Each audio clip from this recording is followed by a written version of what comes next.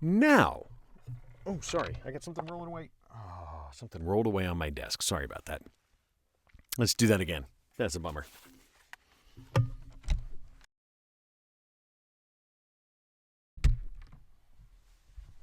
What is happening, Boot Junkies? Mike Dog Audio here, back with another video on home studio setup for voiceover. It's good to be in the booth. Good to be in the booth. We have a new microphone in here, one that I've never used before. This one has been loaned to me by a fellow booth junkie, Mikey. Mike, my man Mike, loaned me his Blue Yeti Pro. Different than a Blue Yeti. Here's a Blue Yeti. Got a Blue Yeti right here. This is the Pro, which means it's like its premier version. Significantly more expensive version, but it's the premier professional grade Blue Yeti. Now, what makes it a professional grade Blue Yeti? Well, maybe the guts inside are upgraded. That's a lot of my headphones. Sorry. It's a little bit, the guts of it might be a little bit improved. But for me, the thing that makes this a pro-grade microphone is the fact that the Blue Yeti Pro is a hybrid. It's not exclusively a USB microphone. It also has an XLR jack on the bottom that allows you to sort of future-proof this microphone, allows you to upgrade it in the future. So if you decide down the road that you want to add a better preamplifier, different preamplifier, you can do that. You can do that without having to get rid of the microphone. So on the bottom, sorry, I'll do this here real quick. Ooh, almost bashed myself in the face. Right there. Can you see that? Right there. There is a 5-pin XLR jack. Why 5-pin? Well, the Blue Yeti and the Yeti Pro can also be a stereo microphone. So it can have a left and right with a switch on the back. There's a little multi-select switch, pattern selector switch on the back that allows you to select between multiple patterns. We'll talk about that in a second. But the thing that I find most attractive about the Blue Yeti Pro is it is a microphone that can grow with you. It can start as a USB microphone if that's what you have. If you can only afford one piece of kit and you got $250, $275 to spend, maybe the Yeti Pro is just the thing that you're looking for. With an eye towards, well, down the road, if I make a little money doing some things with my voice, maybe I'd want to upgrade the processor. The hard part about USB is if you're going to upgrade later, and you don't have the XLR jack on the back, it sort of hinders the future-proofness of it. And so that you can, as you upgrade your equipment in the future, if it's USB exclusively, then you're going to have to get rid of the mic when you decide to go to an XLR. If you decide to go to an XLR. Some people never do. So if you're like, home, doing a podcast, if you're a YouTuber, or if you're just using this for gaming or for streaming or for communicating with your friends, you may never need to. But if you are looking to, being a voiceover channel, you may be looking to make some money with your voice. And in the long run, you'll probably end up with an XLR microphone. And this one can grow with you. Let's talk about price. I mentioned the price before. The Blue Yeti Pro, right now, when I looked on Amazon, it is $269. $269. Now, for me, that's reasonably pricey for a microphone. I have high expectations for a microphone in that price point. Now, this one is not only it's the microphone, but it's also got the guts of it, so it should probably be on par with a $150 microphone, but I still have pretty high expectations for a $150 XLR microphone. So this one has to be quiet. It has to have good frequency response. It has to be flattering. It has to sound good. Right now this is connected via USB to my computer. We'll switch over to XLR in a little while. So let's start with how does the USB sound? If I'm silent, do we hear any hiss?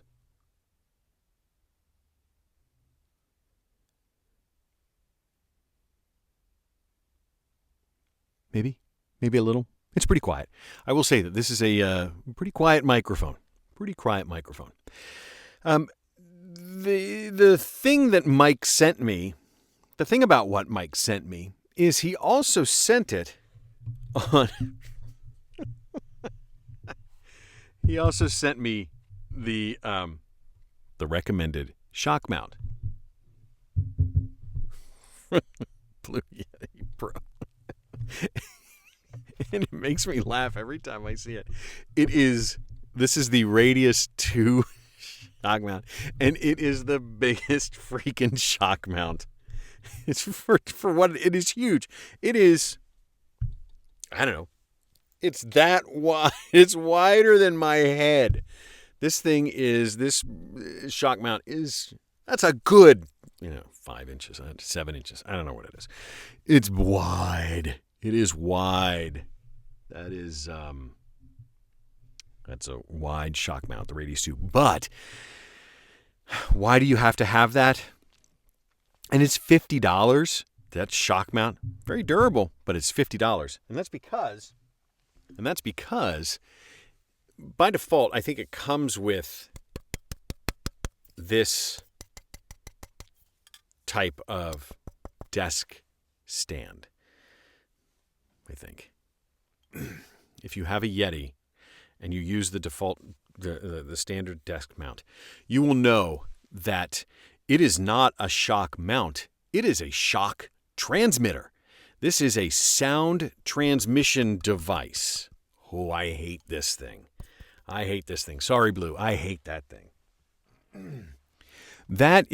It's rigid, it's steel, it's heavy, but it acoustically couples to the desk. So if you are clicking away on your keyboard, if you touch your desk, that thing, it transmits sound right up through the mount, right through those locking nuts, and it makes the microphone. You can hear everything in that microphone. Oh man, I hate that desk mount.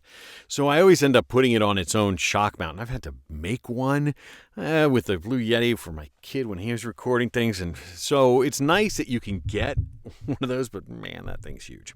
Okay. I do say, from what I hear in my headphones from the USB connection, I will say that this one it's pretty doggone quiet. I maybe hear the slightest hint of a whisper of some hiss, but it's very, very subtle. Nothing to complain about. And certainly at this price point, at $269, I would expect this microphone to be dead silent, because the other $269 microphones are dead silent. Even the $175 microphones are dead silent. And this one better be also. And in my headphones, I do hear the slightest hint of a whisper of some hiss. It's there, at least over USB. We'll switch it over to XLR in a minute.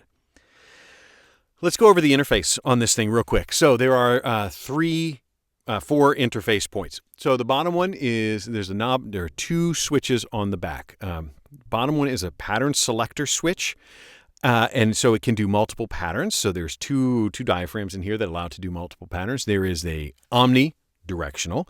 There is the cardioid, which makes it sensitive from the front, insensitive from the back. Yeti, if you've never used a Yeti before, you address it this way, not this way, this way. See people it looks like it could be a microphone that's like that. It's not like that. It's a microphone it's a side address microphone. So cardioid, which makes it sensitive from the front and less sensitive from the back. And there's also a figure 8 bidirectional. So it's very sensitive from the front and the back, but very insensitive from the sides. So you can have two people talking into a microphone that way. And then the interesting thing about the Blue Yeti Pro is there is a third capsule, which makes it a stereo microphone. So you can also have this be stereo. I'll switch it to that. So I'm going to look at it. Oh, stereo.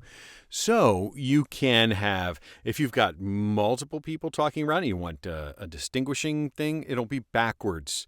It'll be backwards from the video, but you can have something over on one side and you can have some voice over on the other side. You could get room ambiance. It could be a room microphone. You could have multiple people talking into it, maybe multiple instruments. It is a stereo microphone. So rather than requiring two, you have sort of that XY pattern, I think is what it is, built right in. So it can become a stereo microphone, which is pretty cool. But now we've got 3 capsules and an interface and everything into this one microphone, $269. I guess that's justifying the price. Sure, I'll go with that. So there is the pattern selector. I'm going to switch it back to cardioid.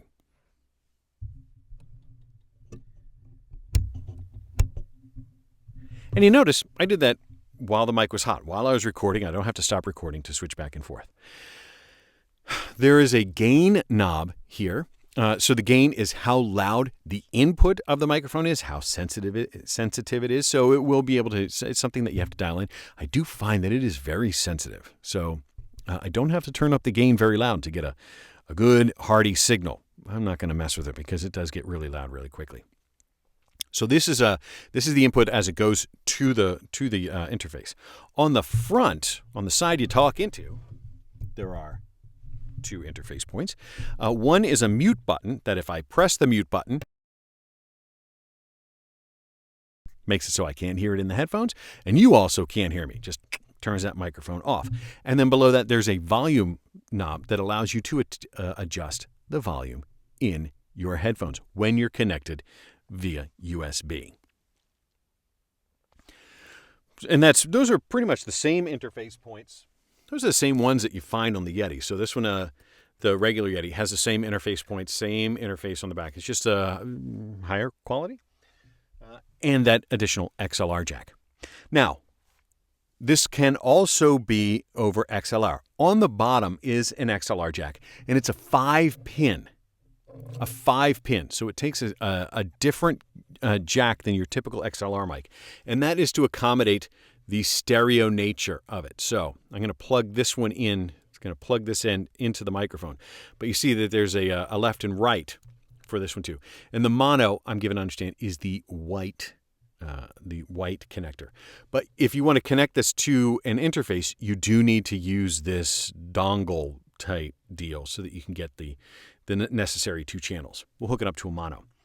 Now, in order to do that, you need to unplug from the USB. It can't do digital and analog at the same time. You got to unplug one and plug in the other. It also means that you lose the headphone capability in here, and you need to adjust the gain. So it's like you can't just switch on the fly back and forth like I'm going to attempt to do. The first thing, so this is going to go quiet for a second. I'm going to disconnect the USB. I'm going to turn the gain down, and I'm going to plug the XLR in, and hopefully all the recording will still work. We'll see.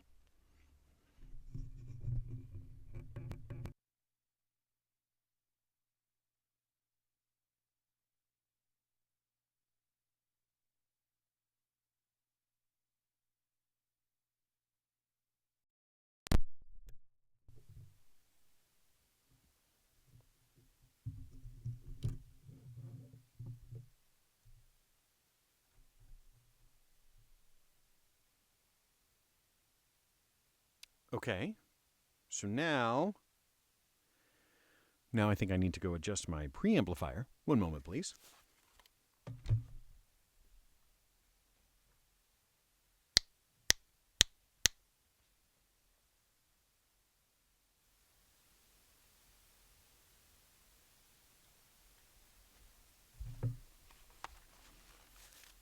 Okay, so how is that? Is that loud enough? Still pretty quiet. Holy cow, what's going on?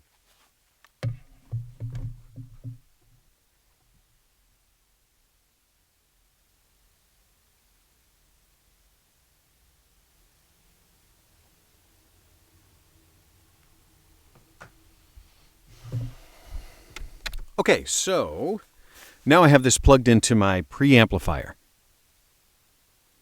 What? It's really got a lot of hiss to it, doesn't it? That's weird. Okay, hold on for 1 second, because we're going to try something, because that's strange. I also have my handy-dandy Sennheiser 416. This microphone is absolutely dead silent. So I'm going to switch to this one and see if we're hearing the microphone or if we're hearing something that's inherent in my signal here. We're going to disconnect the Yeti, and the next voice you'll hear will be on the Sennheiser.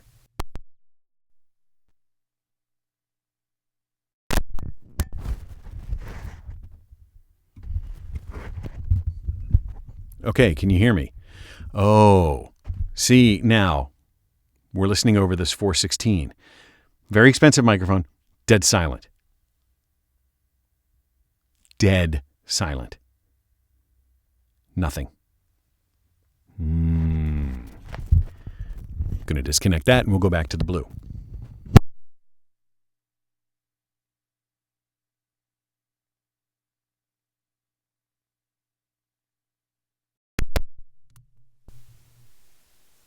Oh boy.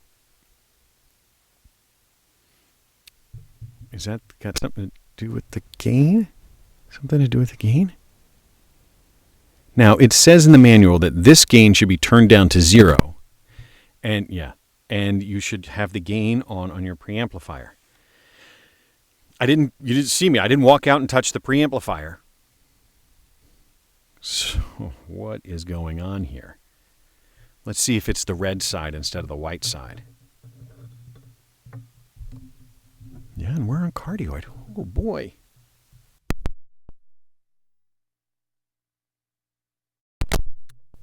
Check, check, check. Same.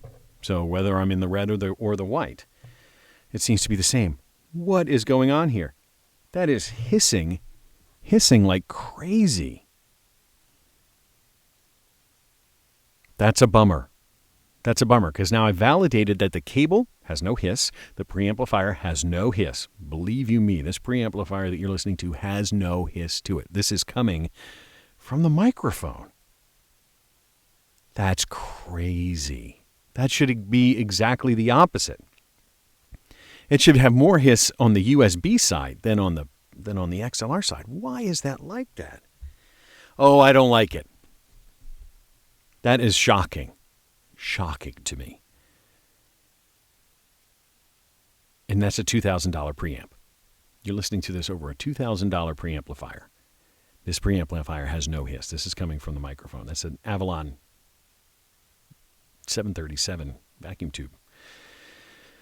And you hear it you heard it with my regular shotgun microphone that there's no hiss. So, man, what's going on here? So, I don't know if that's this microphone, if that's the way these are, but it does not sound good in my headphones. I'm going to switch it back to the USB. Let's see if we can make that happen.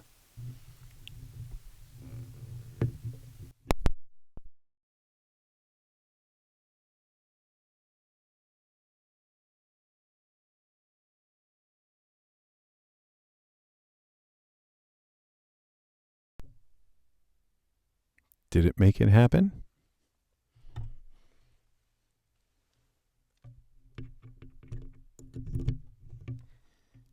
Much quieter. Now that's crazy. That's crazy. That makes no sense to me. But I've confirmed that it was just the microphone was like that. So I don't have a good explanation for that. That seems very surprising.